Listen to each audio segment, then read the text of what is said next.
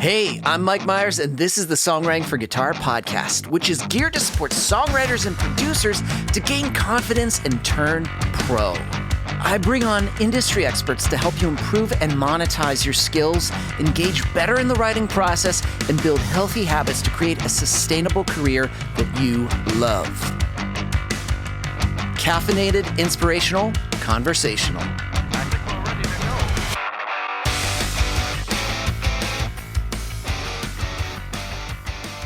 Hello, my friends. Mike Myers here with the Songwriting for Guitar podcast, episode 116.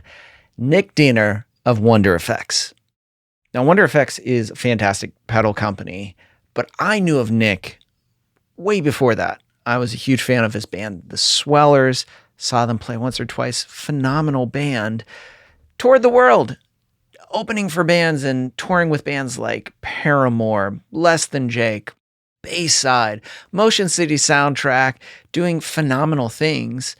And then after they broke up, over time, I started seeing some of his pedal creations pop up again and again and again. Collaborations with bands like No Effects, Less Than Jake. He has a brand new one coming out with Newfound Glory.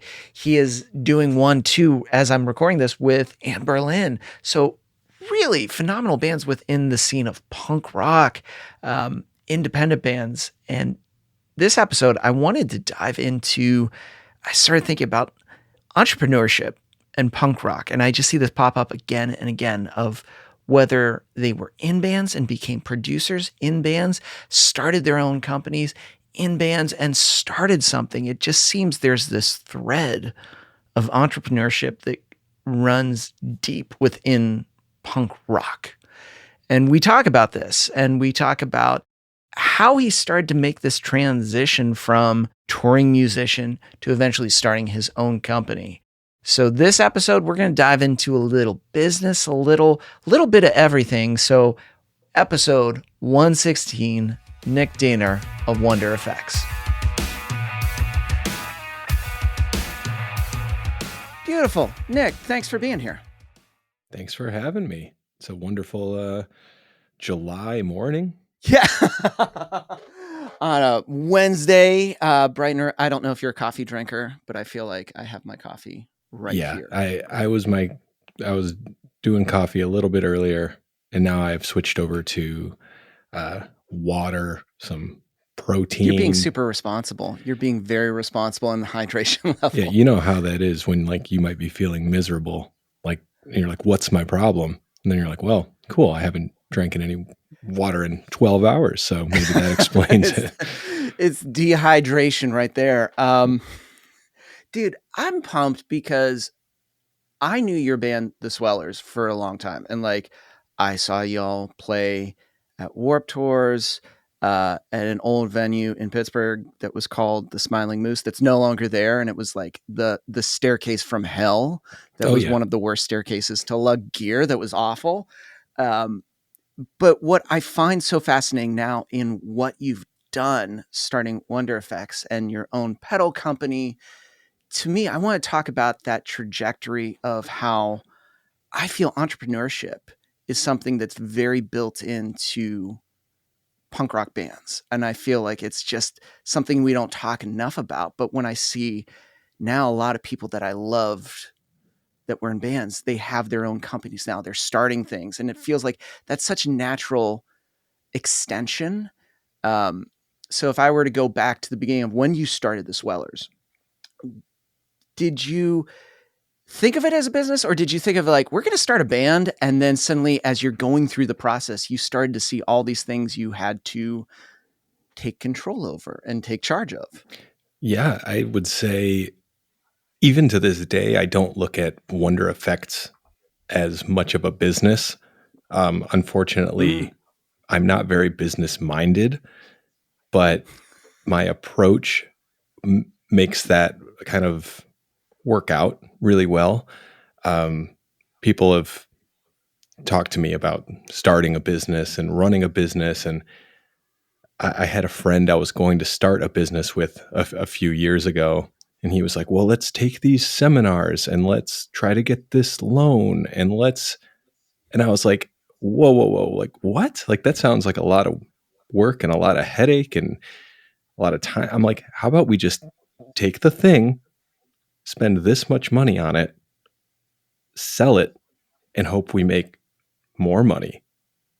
And as long as we're making more money than we're spending, we get to have that extra money. And that's literally it for my pedals. And of course, my accountant wife hates me for that because I'm supposed to be keeping better track of everything. And, people are like, what are your margins on the pedal? What percentage of blah, blah? And I'm like, dude, I sell the thing and I hope I make more money than I put into it. And I know I am, because I know how much I'm spending versus how much I'm making. I don't have a spreadsheet that tells me that, but I have that gut feeling of like, I think I'm doing okay. There's still money in my bank account, right?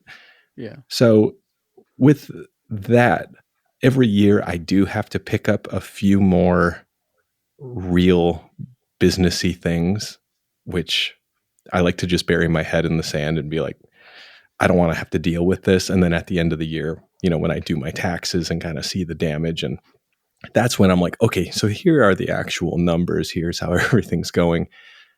But you're right. As far as the being in a punk rock band thing goes, you're working on your product, you're developing your craft, you're getting your stuff out there, and you're meeting people, you're developing a community, which is actually really important for any kind of indie type of, band or business, getting people involved in some way. So yeah, I've always been, I don't want to call myself, like an artist, but I'm always like, I got to do the thing and then hope it works out later. So yeah, and it's been a long time since, I was actively doing the band thing, and, I might start doing the band thing again, which is really exciting. Of course, it'll be like 5% as intense as it used to be. Like, I don't know if a lot of people realize how much we toured, but it was so much. And it's not like, oh man, remember that 2-3 year span we had where we stayed on tour a lot?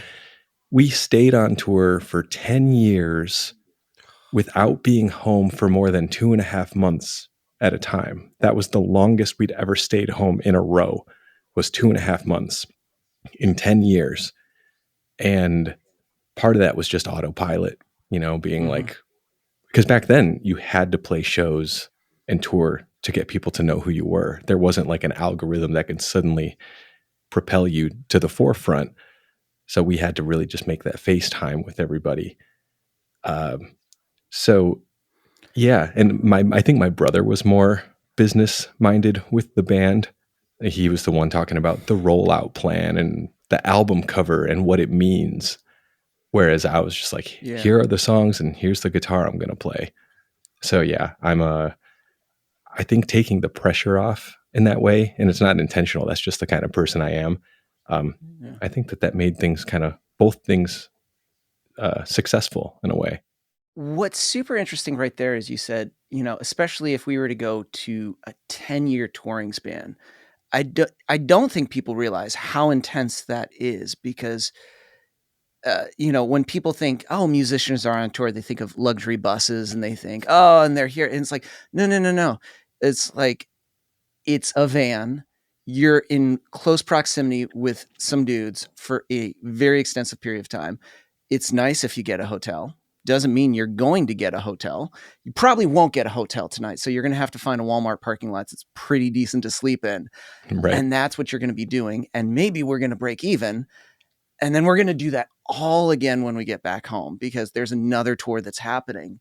To me, that has to have in a person, a little bit of grit, perseverance of just like digging in, because to accept that sort of regimen, that way of life and that consistency, just doing it again and again, you have to believe in the thing, number one, because most people wouldn't, don't necessarily do it that long in something they don't believe in.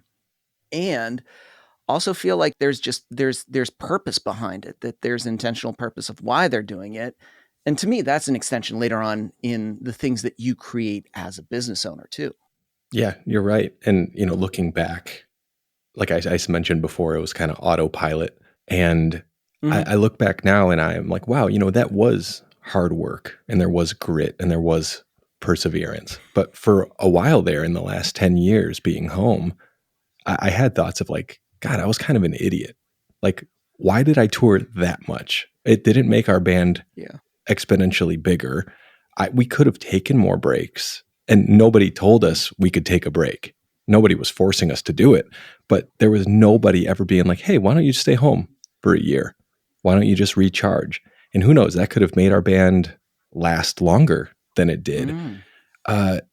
But yeah, it was just kind of the only thing I knew how to do, was play guitar and drive. So that's what we did. And, we had a bunch of songs in us and we got them all out.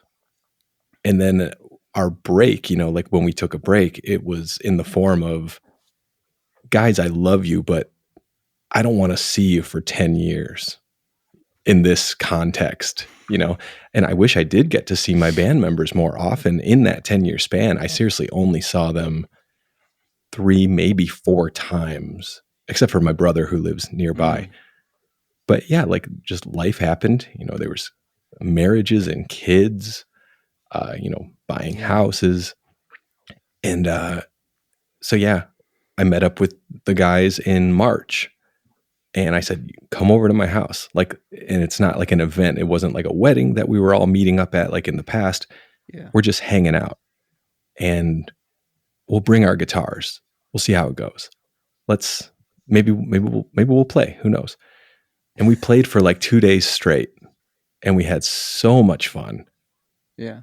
And it also made me realize how, I don't want to say like good we were, but how tight we were, because we still had it without practicing. 10 years later, we did the exact starts and stops that we used to do. And we looked at each other and we were like, oh man.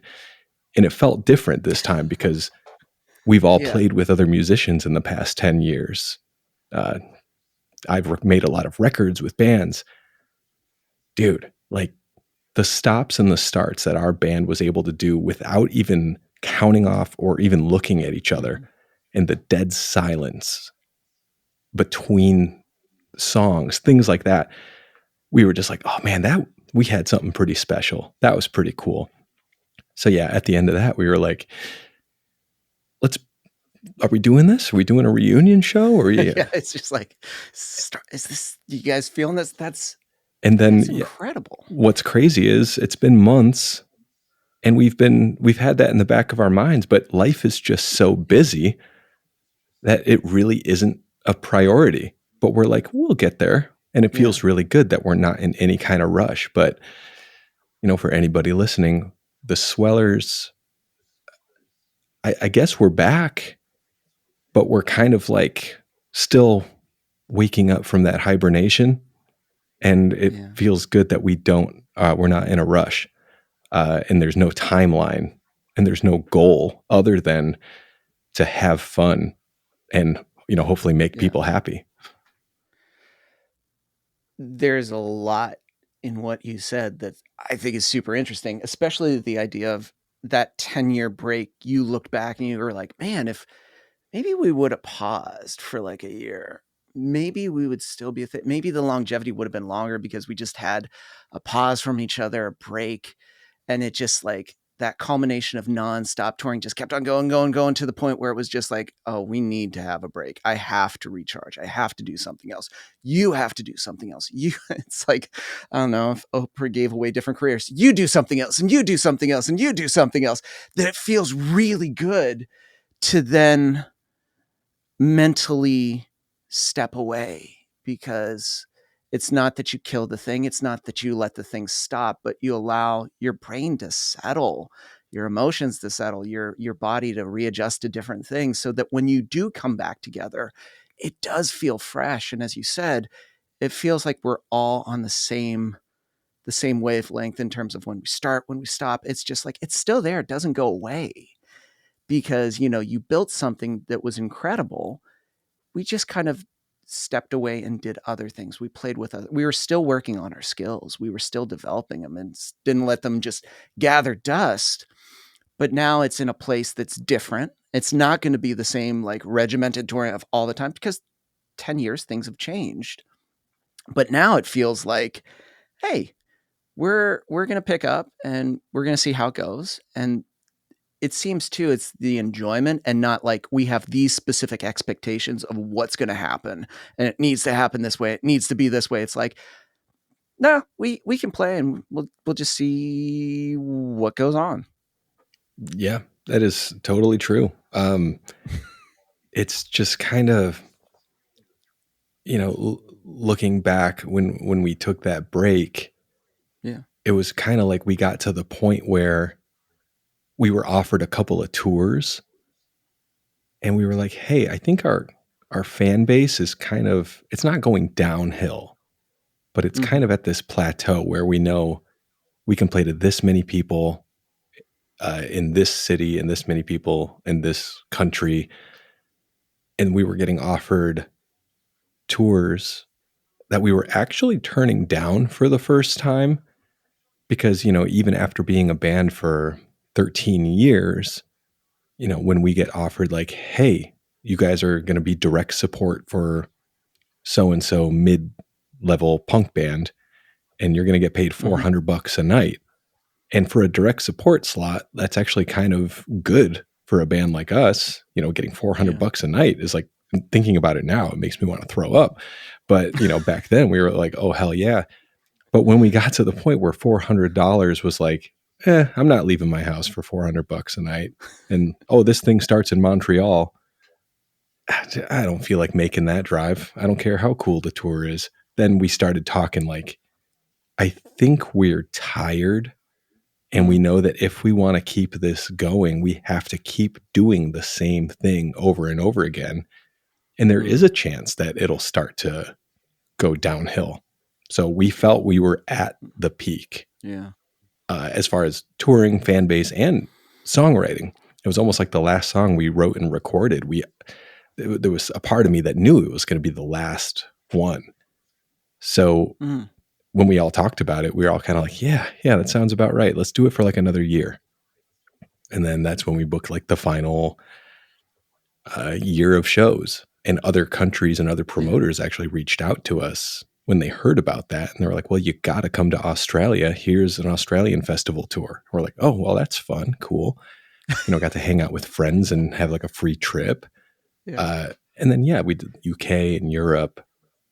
And because of the way that it worked out, you know, we played our final show in Belgium, which is just kind of funny to me. It was one of our biggest shows ever because it was a festival. But it was like, hell yeah, Belgium, thanks for this. And it was like, Belgium, you know, like this band that's kind of based in Flint, Michigan. And people were like, oh, well, aren't you going to do one final show in Flint? And we're like, no, dude, like that show to 8,000 people in Belgium was pretty cool. I think we're going to call it there, as weird as it is to say that Belgium was the final resting place. But when you came back from that tour and you were just like, it is done, was it an easy transition to just then be like, okay, so now I don't do this and now I have to do other things? Was it just like a sigh of relief or like a weird acclimation? Like I imagine when, you know, a diver is submerged for so many depths, then they have to go in this like decompression chamber and get used to be like, okay, this is new.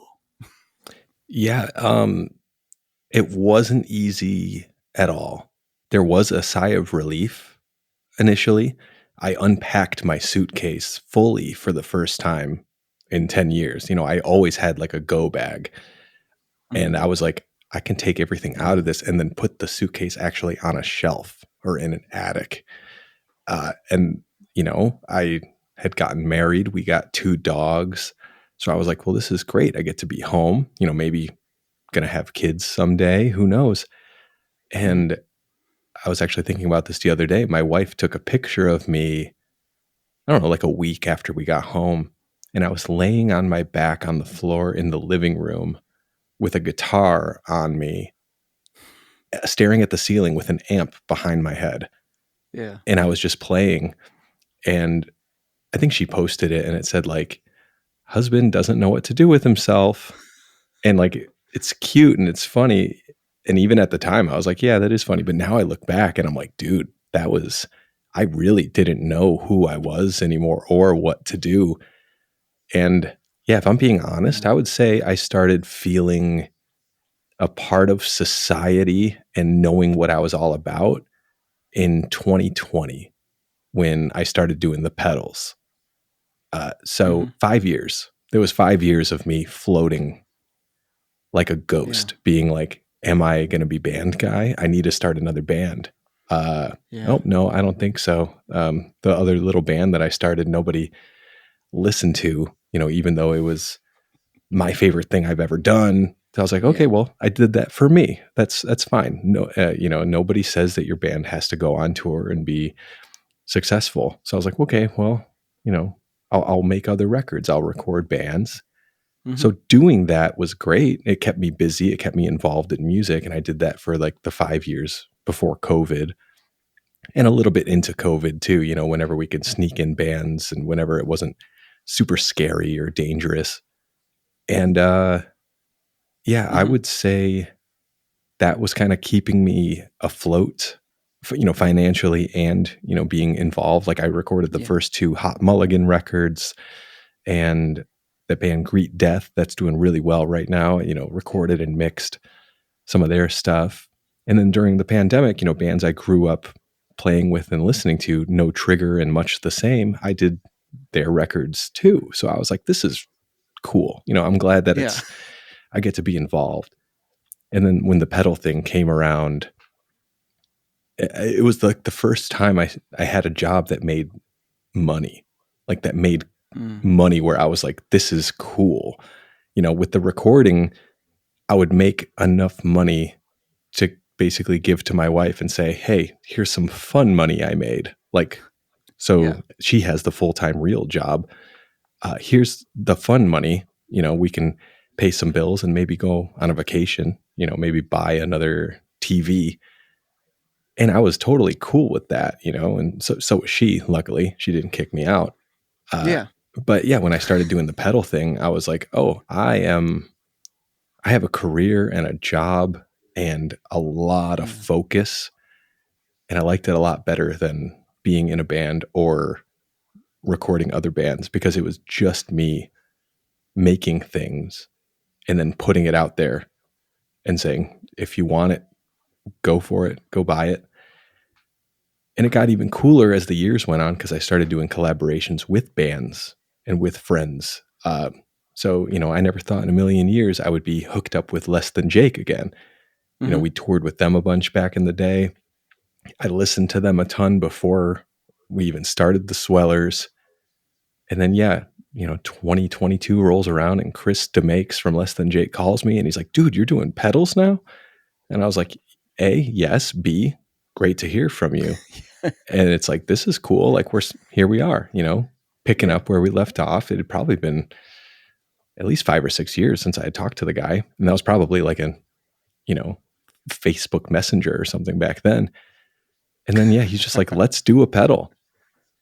And I was like, dude, that's actually a great idea. A ska punk guitar pedal is really marketable. I think people would be really stoked on that. And then it just kind of kept going. I did one with No Effects, ended up doing one with the Get Up Kids, and Bo from Harm's Way. And then, I got one with Newfound Glory coming up, which is kind of crazy, because it's like we were never close with Newfound Glory. We kind of ran parallel to each other. Yeah. And then because of the pedals, Chad jumped over to me and was like, dude, pedals, let's talk. So the guitar pedal thing has allowed me to like kind of make some cool connections and cool friends. And, Matthew from Not a Surf's probably my favorite band of all time. And I was able to send him a pedal and talk about gear, and it's just like, this is really cool, stuff that my band never, it's such a competitive world And it's like, if you wanted to make friends with a band, you likely had to tour with them or at least play a show, or they would be a big fan of yours to begin with. So there was a bunch of bands that we just never were able to cross paths with that the pedals, brought me closer to. So yeah, that's a long way of saying I was not good for a while. And then luckily, I think finding the pedals got me into a place where I felt like I belonged. And it feels like, especially maybe songwriters and creatives deal with this, where there are periods where you don't feel good with the thing you're doing, or it feels like, you, as you said, kind of like floating around like a ghost. Like, I'm going to do a little bit of this. I'm going to try a little bit of this. And then through that, what feels like floating, I would say, is also kind of a little bit of pivoting. You try here, you see if this works. I don't know. Do you like it? Yeah, it's okay. But then through the willing of the messiness, or messy middle, some people will call, some people will say it just takes a bit. Suddenly you find what truly does make you super excited. And as you said, it is a passion, and it's great when it starts to form into a career. But at first, it doesn't necessarily have this clear start and beginning. It just seems like it forms over time. And maybe this is why people stop, because there's not that clear start, but they're in the middle of their own messy middle. And if they just would stick with that, eventually something would form. Yeah, it's a really kind of a cool, interesting start, to the pedal world, where I started learning how to build pedals and solder for fun, and then about 3 months later is when the COVID lockdown happened. And I was kind of just like, well, I got nothing else to do. I'm stuck at home for a couple months. So I'm like, I'll make these silly little knob boxes and I'll post them on my Instagram, say, look what I made. And then, a person would write me and say, cool, can you build me one? Like, yeah, sure. And then I posted a picture of that. And then 2 people got a hold of me. Hey, I want a pedal built by Nick from Wonder Studios or Nick from the Swellers. Like, that's cool. So then after, doing like 20, 25 pedals for people, I was kind of like, I should probably start an Instagram for the pedals, And it was right around the time where music gear was doing very well. Everybody was getting money and everybody was stuck at home. And they were like, all right, cool. Wonder Effects must be this new important pedal company. I want to support the little guy. And people just started buying my stuff that, had no idea that I used to be in a band, that had no idea that I'd recorded records. So I just became just pedal guy.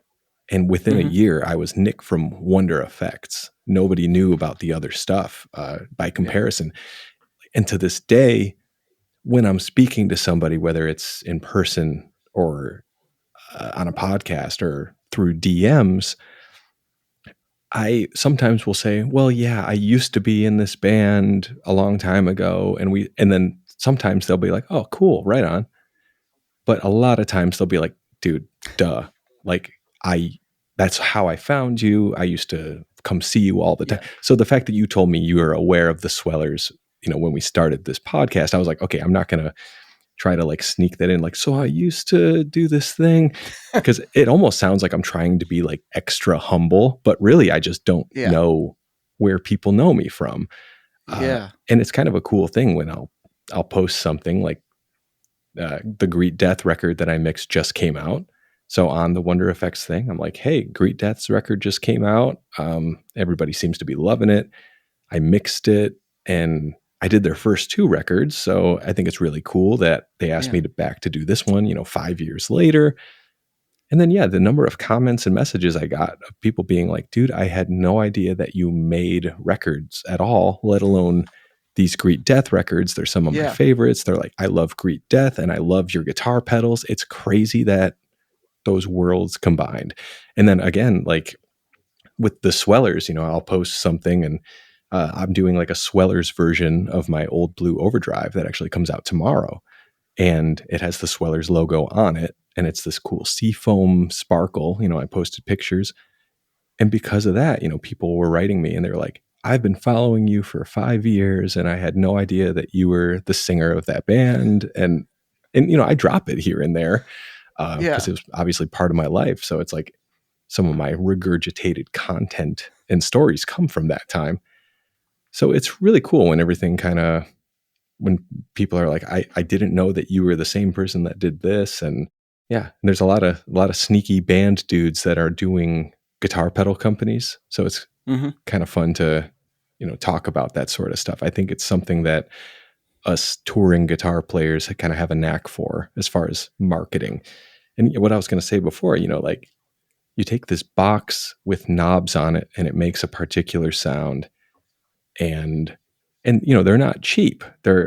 It's not like you're trying to Hmm. sell a hoodie to somebody like at the merch table. It's like they're close to $200 a pop, sometimes more. So the fact that you got to come up with a story about each one, and it's a lot easier with like, oh, the Newfound Glory boost. This is how you get the Newfound Glory sound out of your high gain amp. And then like with this one, I was just holding up the Wonder Drive. It's like one of the first Yeah. circuits I ever did. My whole thing was just like, it's not based on anything. It's a complete happy accident. It does the power pop 90s sludge distortion, and it'll take you from Weezer to Lynyrd Skynyrd if you dial back the gain. So, coming up with like keywords, not a gimmick because it's all real, but yeah, being able to come up with these stories and ways to Hmm. market the pedals is that's the most exciting thing for me. Picking the colors and the shape and the sounds is great, and then telling the story a little bit later is a lot of fun for me.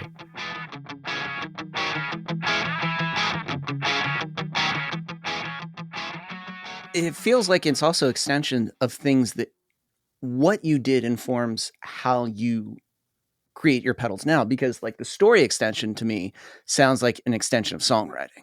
It feels like, because that's what you're doing when you're songwriting. You're telling a story, you're conveying your personal, this is why I'm singing this to you.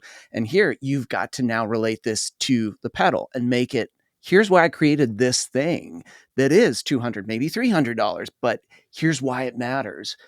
And you going through the process of recording bands and getting tones and finding out the right mix and the right balance informs, well, you know what? I noticed this is missing, or I wish there was something that was like this. Informs, or I at least, and I could be wrong, kind of informs why you create certain pedals and the need of certain things. Yeah, that's exactly right. I wanted to make stuff that I wanted to use in the studio. Mm-hmm. That's why I called it Wonder Effects, because I had Wonder Studios and I made all these records. And my goal was like, I made like clones before, for like a Mm-hmm. few months getting started. Because when you're learning, you kind of just build stuff that already exists and you can put your own spin on it, do your own colors of pedals and knobs, kind of make it your own. And a lot of people get started that way. And then, they might still be doing that to this day. They might stop, it's kind of hard to maintain. Uh, but I wanted to do my own circuit board, my own circuit, my own enclosure, powder coat, art, Mm-hmm. everything, the knob template. I want it to be, I want it so if like you saw that at Guitar Center, you're like, that's a real guitar pedal company. So I thought I'll just make one pedal and it'll be called the Wonder Drive. And it's what I use, something like this, on all of my records that I've ever worked on. And it's kind of like my Mm-hmm. signature model distortion pedal. But then the ideas started splitting, and it was like, well, I could do the Wonder Drive, but it's not shaping up like I wanted it to. It's doing a different thing that I love. I'm going to make the Red Rider distortion. I've always wanted a piece of gear called the Red Rider, like I love that name. I'll make it red, and I'll make Yeah. this one a little bit more like what I use on bass in my studio. And then I was like, well, I'm listening to a lot of Electric Wizard and stony, sludgy metal right now. Yeah. Uh, I want to do something that's kind of like a super fuzz or a hyper fuzz that just sounds like the nastiest doomy fuzz ever. So right there, I was like, oh, well, I have three separate ideas. And then that turned into 4 and 5. And some of those circuits are still in my line today, which is cool. But yeah, telling the story in the sense where it's like I wanted to have a pedal board in my brain, not even if it's not real, that is like, here's my boost, here's my overdrive, here's my distortion, here's my fuzz, here's my delay and reverb, here's my modulation. And I've had that goal since the beginning, but I'm still not there. And, for good reason. I'm still tweaking and refining. Yeah. Like, I think I finally got the boost that I want. Like yesterday, and it's been a long time, something really unique that I'm like not sick of. Cause sometimes you put out something and you're like, even a song that you wrote, let's say, and you're like, yeah, I've been playing this song in the set, but like eventually I'm going to phase that one out because I know I can write a better one. So that's kind of like where I am with a boost pedal. And then I have my overdrive and my distortion that I love. And then finally a fuzz pedal that I've refined from my other designs, and I'm going to have the coolest name and the coolest artwork. So it's like I'm getting to that point where I'm a curator of guitar sounds, essentially. And like you said, I've made records, I've mixed, I've played live, anywhere from an arena in Singapore to a basement in New Jersey. I know how to dial in my stuff. And I've made records of songs that I wrote in big studios with great producers. So when you look at all that, these are all the things that I've done that involve guitar sounds. Like, yeah, you should buy something from me because I know what I'm doing. I'm trying to figure out a way to say that in a friendlier way, but it's like, why me? Yeah, I've done a lot of stuff with guitar sounds, and I think that my taste is pretty sweet, and I think you're going to like it too. That's kind of like my underlying message. Yeah. There's a book that I love, and it's called The Big Leap, and it's by Gay Hendricks, and he talks about this idea of like your zone of genius. And it's like what you described right there, from those experiences, from all those scenarios, informed how you create what you create. For sure. And it's tailored specifically to you. Like no one has had your exact experience and your exact journey, which in turn creates something very unique. And that's what it is. And to me, that's what makes it even cooler in those stories, because you said like from an arena in Singapore to a basement in New Jersey, to that, like, I don't think some people can comprehend that trajectory or jump. That's like, that's extreme. And it informed how you create, what things sound like. Yeah. It's like one of my favorite things going on tour was figuring out what my rig was going to be. And sometimes that rig would last like a year or two, but it'd be like, all right, here's the amp, here's the guitar, and here's the pedals. And back then I didn't play a lot of pedals because I used amp distortion, and the Swellers weren't really like a dreamy soundscape with delay and reverb kind of band. We played big chuggy power chords and solos. And the band ending actually and making records for other bands, it was one of the first times I bought a single coil guitar, like a Telecaster or, and I've had Strats in the past, but just for a solid 15 years, I only played humbucker guitars because that's what I played, the songs that I wrote, the sound that I liked. So like when I'm finally playing a Telecaster through a clean guitar amp, and then it's like, well, that's cool, but that's a little sterile. What would happen if I put a guitar pedal in front of that? And I used to look at distortion and overdrive pedals as cheating. Like this is a fake way to get distortion. And then I realized that's just not it at all. It's analog circuitry. It's just more circuitry that you're putting at the front of your amp. So your amp has these capacitors and resistors and tubes in it. This pedal has capacitors, resistors, transistors, no tubes in most guitar pedals because, they're fragile and actually unnecessary for most things. So it's like you're just adding more amp to the front of your amp, and you could turn it on and off, and it's down on the ground. So you don't need to go over to your amp. And it's just like, God, this is so cool. This is so genius. And it's just like the fact that they're modular, you can put them in whatever order you want. And yeah, there's just something tactile about, flipping switches and turning knobs. There's a lot of digital stuff going on right now, which I also love. But the cool thing about the guitar pedals is like you can put that into your digital rig and like just kind of have that satisfaction of being like, oh, there is some analog flavor here. So that's kind of what I've been doing on records and stuff that I've been working on in the last couple of years. It's like I'll be doing some digital stuff because it's quick and easy. You don't have to set up microphones, and you can save your client a bunch of time, and you can save yourself a lot of grief. Phase issues and all this stuff. So putting my guitar pedals in front of like a digital amp head, and it's like modeled a digital guitar cabinet, can sound so cool. And the fact that I'm still turning knobs on my guitar pedal, I feel like I'm, actually doing something. And I think from a recording standpoint, it is like a small thing that gives a uniqueness as opposed to like, cool, I have this cool setting from, I got my Kemper and I've got this setting and it's great and it's awesome. And it is. And you now have something that's just different than someone else that has that exact same setting and that exact same thing. It just adds, and probably even more so now because everything is very digital, an organicness or just a small thing that feels a little different that adds your spin on it as opposed to just that straight setting. Yeah. And I'm sure if I dialed stuff in a little bit better, I could make the digital guitar pedals in my little rig sound better with the guitar amp head. But I love just using, like, I have a Fender Tone Master Pro, and it's kind of like their Kemper fractal neural DSP type thing, but it's from Fender, and it has a nice big colorful light up screen with pictures on it. So it's really easy for a caveman like me to know what I'm doing.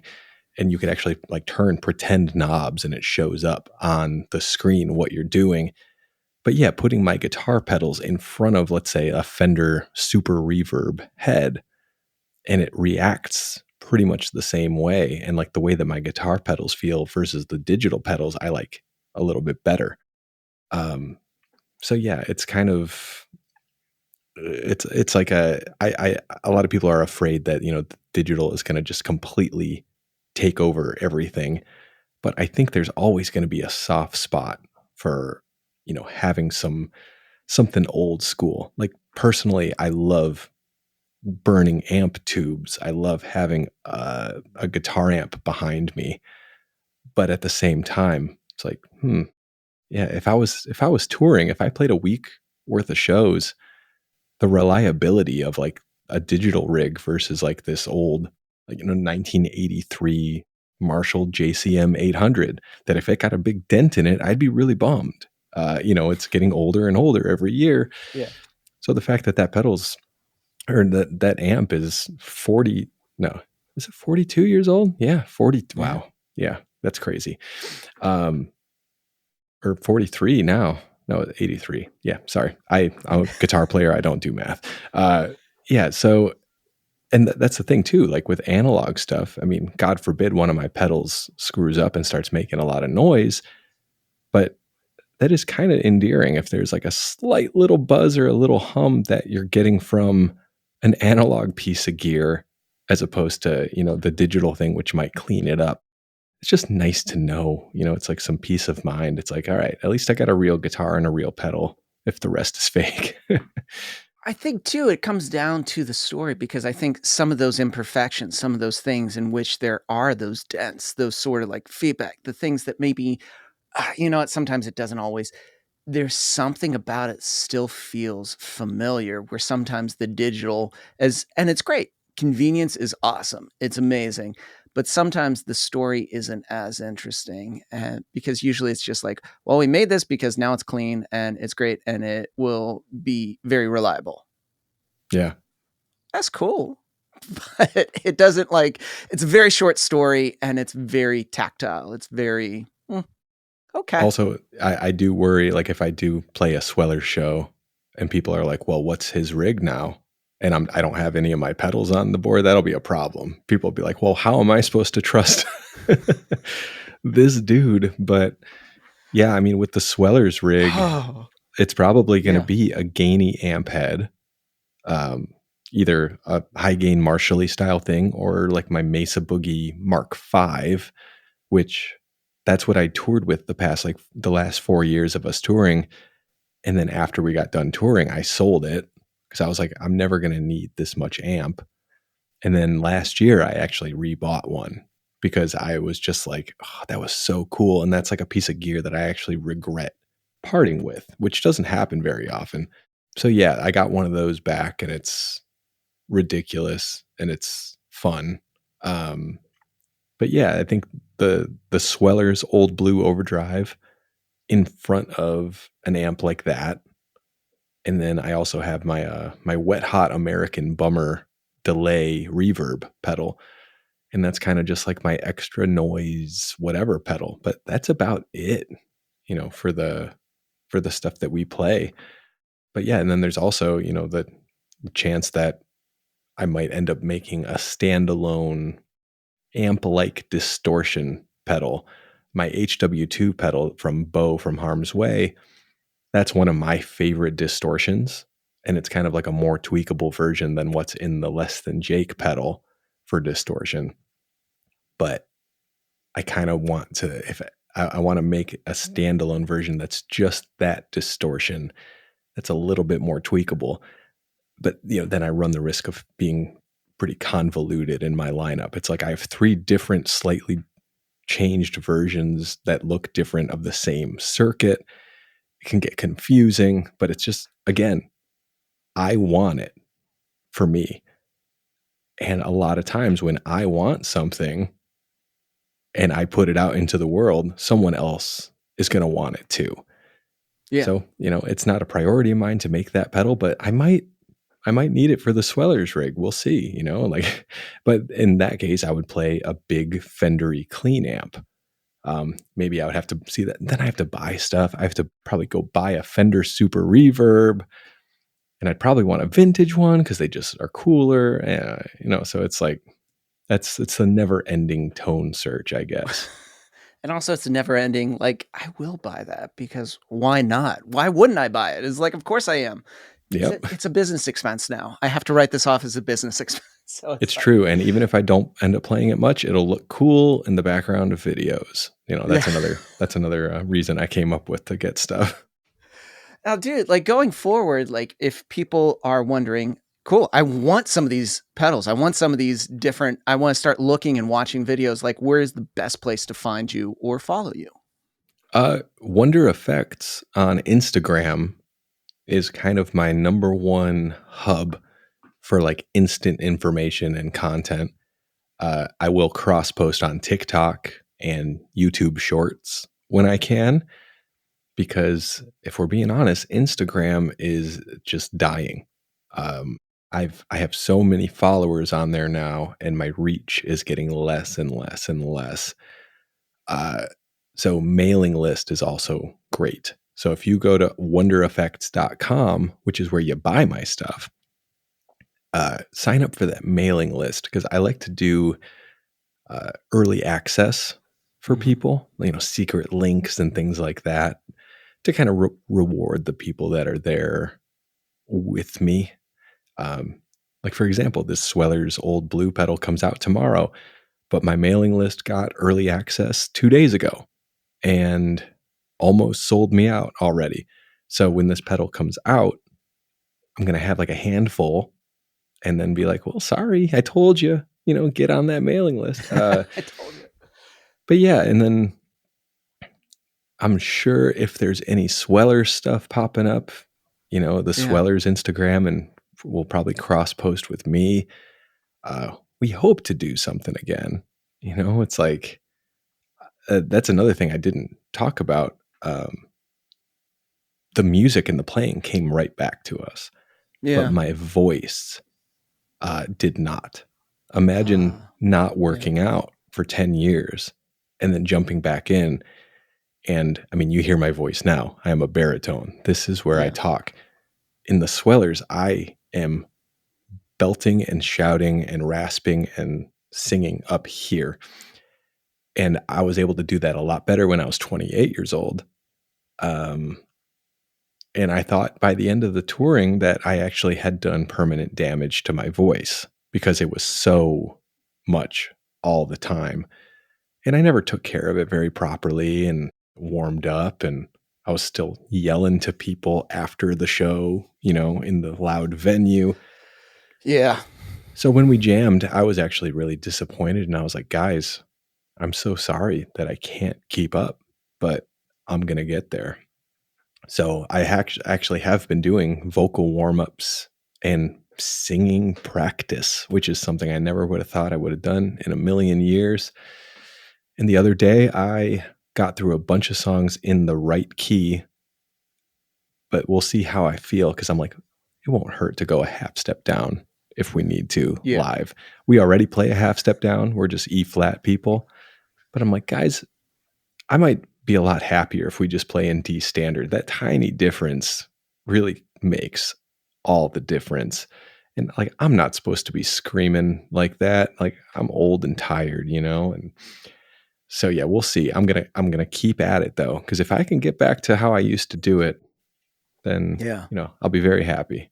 Dude, that's amazing. Especially just that little bit right there of working on the voice, because it is. I don't think people realize how tough it can be on vocals after you sing, but then after a show, you are talking to people. You're talking all the time. And then afterwards you're talking. And then it's just nonstop. And when you're doing that for so long, the vocal, it can wear. So doing those sort of exercises, those warm-ups to slowly get there, it's an endurance. But dude, that's awesome. Love it. Thanks. And so lots of different places to follow you. Wonder Effects, the Instagram, but the email list, I'll agree, is the best. I think email is the best. So it's like, go wondereffects.com, because the idea too of like getting early access to, and also pushing past the algorithm and just getting straight when you send an email, goes direct to their inbox, which is fantastic.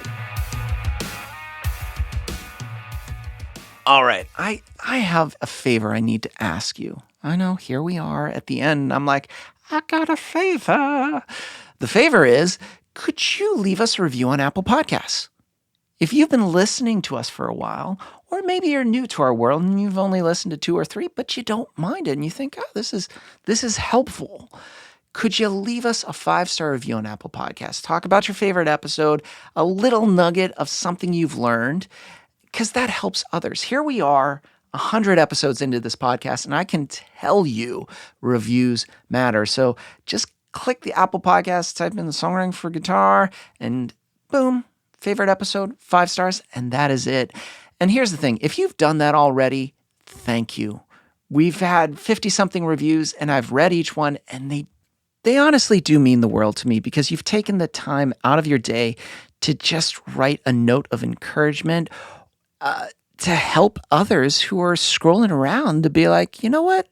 I think I will give this podcast a little listen. So thank you.